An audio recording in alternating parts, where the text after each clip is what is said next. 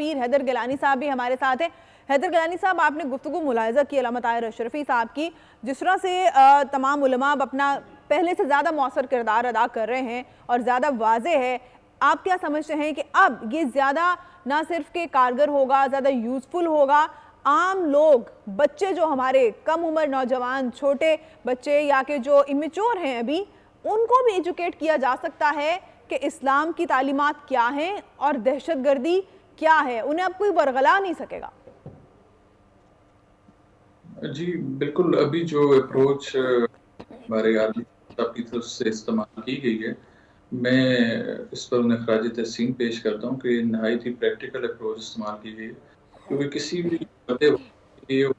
کسی بڑی پوسٹ پر بیٹھا ہو یہ ممکن نہیں تھا کہ وہ گراس پر لیول پر جا کر بچوں کے ذہنوں میں جا کر ان کی نشوونما کرے، انہیں بتائے کہ ہمارا اسلام کیا کہہ رہا ہے، تو یہ کافی مشکل کام ہوتا ہے۔ تو انہوں نے یہ ایک ٹھیک پریکٹیکل عمل کیا کہ انہوں نے اس ضمن میں تمام علماء مشائخ کو اکٹھا کیا اور پھر ان کو ایک پیغام دیا۔ تو اب یہ جو پیغام ہمارے پہلے کہا کہ چاہتے ہوئے بھی ہم اس سے اختلاف نہیں کر سکتے کیونکہ وہ قرآن کریم کی روشنی میں تھا اور نہایت ہی مدلل قسم کا انہوں نے بیان دیا۔ تو اب جب وہ یہ مدلل بیان لے کے ہم بھی لوگوں کے پاس جائیں گے تو ہمارے پاس بھی یہ اپروچ موجود ہوگی کہ ہمیں اسلام کیا سکھاتا ہے، جہاد کو کن ٹرمز میں ہم نے ڈیفائن کرنا ہے اور ہم نے کیسے سمجھانا ہے کہ ہمارا قرآن کریم جو ہے لا اکراہ فی الدین کی طرف بھی اشارہ کرتا ہے کہ دین میں سختی نہیں ہے اور ہمیں ایک نرم اپروچ لے کر چلنا ہوگا۔ ہمیں اپنے آس پاس کے لوگوں کو بھی دیکھنا ہوگا جن کے ساتھ ہمارے بارڈرز ملتے ہیں، وہاں پر بھی ہمیں اپنے رویوں کو درست کرنا ہوگا، یعنی دیکھنا ہوگا کہ کہیں ہمارا رویہ سخت تو نہیں ہے۔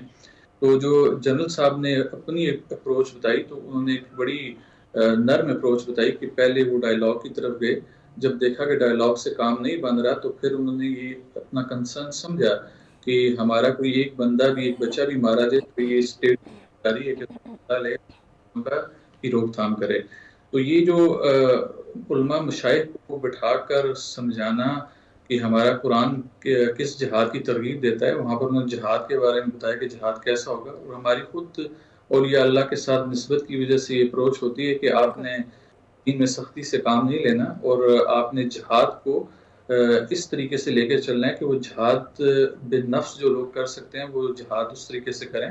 جو جہاد زبان کر سکتے ہیں وہ جہاد بالزبان کریں، جو جہاد بالمال کر سکتے ہیں وہ جہاد بالمال کریں۔ بیسیکلی یہ لفظ جہاد جہد سے نکلتا ہے جس کا مطلب کوشش کے ہوتے ہیں۔ تو یہ آرمی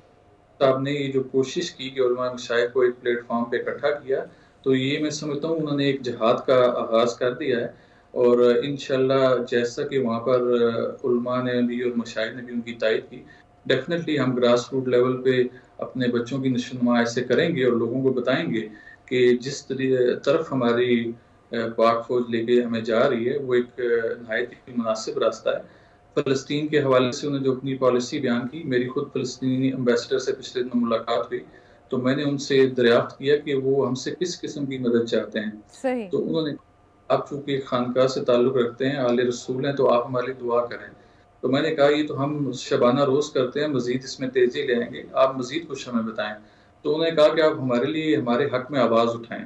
تو میں نے اس کی کہانی کرائی کہ ہم ڈیفینیٹلی کام کریں گے، آپ کے حق میں آواز جس لیول پہ ہوا، جس پلیٹ فارم پہ بھی ہوا اٹھائیں گے، اس کے علاوہ ہمیں کوئی کام بتائیں۔ تو انہوں نے کہا کہ ہم پریکٹیکل لے کے چلیں گے، اور پریکٹیکل اپروچ یہ کہتی ہے کہ آپ کی عوام جو ہے وہ وہاں پر جا کے جہاد نہیں کر سکتی، پاسبل نہیں ہے کسی کے لیے کہ وہ یہاں سے ویزا پروسیس کلیئر کرے، بارڈرز کو کراس کرے، کلاشنکوف اٹھائے اور وہاں پر جا کے لڑنا شروع کر دے۔ لہٰذا ہم آپ کی عوام سے وہ جہاد چاہیں گے جو کر سکتے ہیں۔ تو اس زمن میں نے بتایا کہ ہمیں وہاں پر ادویات کی ضرورت ہے، اور آپ نے اگر ہمیں ادویات ڈلیور کرنی ہے تو ادارہ موجود ہے، وہ ہمارے ساتھ اس معاملے میں تعاون کر رہے ہیں، آپ انہی سے رابطہ کریں اور انہی کے ذریعے ہمیں ایڈ دیں۔ تو ہماری جو فوج ہے اگر اس کو کوئی کہے کہ یہ خاموشی سے بیٹھی ہے تو ایسے معاملات نہیں ہیں، وہ ڈرائیونگ فورس ہے، وہ ڈرائیور سیٹ پہ بیٹھے ہوئے ہیں، انہیں بہتر پتہ ہے کہ ہماری جغرافی ہمیں کہاں سے خطرات لاحق ہیں، ہم کیا ہوگا۔ تو یہ ساری چیزیں عام لوگوں کی سمجھ سے بالا تر ہیں، لیکن جو ابھی اپروچ حافظ صاحب نے استعمال کی وہ قابل تحسین ہے، اور مجھے یقین ہے کہ رات انشاءاللہ جلد آپ لوگوں کے سامنے آئیں گے اور لوگ یہ چیز سمجھیں گے۔ کہ جو جہاد ہے وہ یہ نہیں کہ آپ نے صرف میدان عمل میں تلوار لے کر نکلنا ہے، جہاد مختلف طریقے سے کیا جا سکتا ہے اور اس کی مثالیں آج کے اس دور میں موجود ہیں۔ بالکل حیدر گیلانی صاحب، آپ یہ بھی تو دیکھیں کہ ہمارے جو ریموٹ ایریاز ہیں، دور دراز کے علاقے، جہاں پہ اگر کوئی بڑے سکولز یا زیادہ سکولز، تعلیمی جو ادارے وہ موجود نہیں ہیں، لیکن وہاں پر پھر بھی جو مذہبی رہنما ہے، اسلامی تعلیمات دینے والے ہیں، کوئی مدرسہ ہے، مسجد ہے، تو اب اس چیز سے بھی بہت فرق پڑے گا کہ وہ اپنے جو ان کے بچے ان کے پاس پڑھے ہیں، جو نوجوان ان کے پاس زیر تعلیم ہیں، وہ انہیں سمجھا سکیں گے، انہیں ایجوکیٹ کر سکیں گے۔ اور دنیا میں پہلے پاکستان کے خلاف جو ایک کانسیپٹ، ایک بیانیہ بنایا گیا تھا کہ جی آپ اپنے مدرسوں میں آپریشن کریں، آپ کے مدرسوں میں دہشت گردوں کی تربیت کی جا رہی ہے، اس سے وہ کانسیپٹ ختم ہوگا۔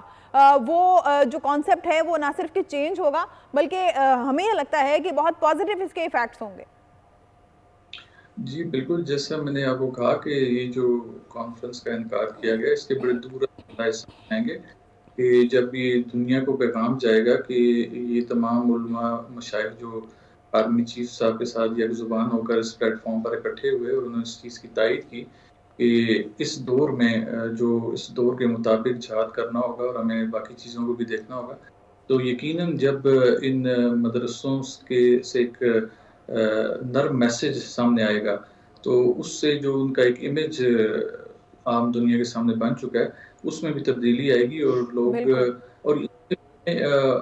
یہ ضروری سمجھتا ہوں کہ اس کو کھول کر بیان کیا جائے کہ ہمارے جو چند ایسے لوگ تھے جو ایسی ایک سچویشن کریٹ کرتے تھے اور ذہن سازی کرتے تھے اور وہ اپنے طرح کا سامنے پہنچاتے تھے۔ آپ لوگوں کو یہ پتا ہوگا کہ اسلام کیا ہے، جہاد کیا ہے اور دہشت گردی کیا ہے، کوئی کسی کو ورغلا نہیں سکے گا حیدر گیلانی صاحب۔ جی بالکل، جب آپ دیکھیں قرآن کو لے کے چلیں گے، میں نے حافظ صاحب سے بالکل آخری مومنٹس تھی جب وہ اپنے کنکلوسیو ریمارکس دے رہے تھے تو میں نے ان سے عرض کی کہ آپ ہمیں ایک اس کا کلیہ بھی عطا کر دیں، عنایت کر دیں، اور اس کلیہ سے بات یہ تھی کہ ہمیں ایک سیٹ پیٹرن دے دیں جیسے آرم فورسز کے ادارے ہیں وہاں پر ایک نصاب دیا جاتا ہے جس نصاب کے تحت سب نے چلنا ہوتا ہے، لیکن ہمارے ہوتا ہے کہ ہمارے ہاں مختلف طبقات ہیں، مختلف مسالک ہیں اور ہر مسلک اپنا ایک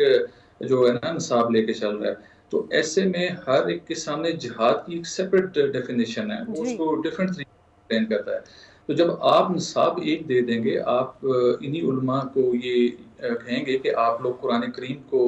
اپنے اس تعلیمی نصاب کا حصہ بنائیں اور باقاعدہ ترجمے کو ان مدرسے کے اسٹوڈنٹس کے سامنے جب ان کو آپ حافظ قرآن بنا رہے ہیں، آپ ان کو قاری قرآن بنا رہے ہیں، تو آپ ساتھ ساتھ انہیں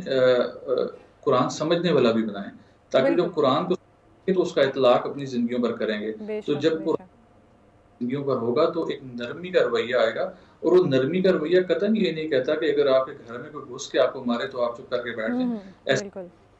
وہ نرمی کا رویہ یہ کہتا ہے کہ اگر آپ کے ہمسائے میں کوئی مسلمان وہ ظلم کی چکی میں بس رہا ہے تو آپ پھر بھی خاموش رہیں، یعنی کہ ایک بڑا ہی میانہ روی کا جو درس ہے وہ ہمارا قرآن ہے۔ تو جب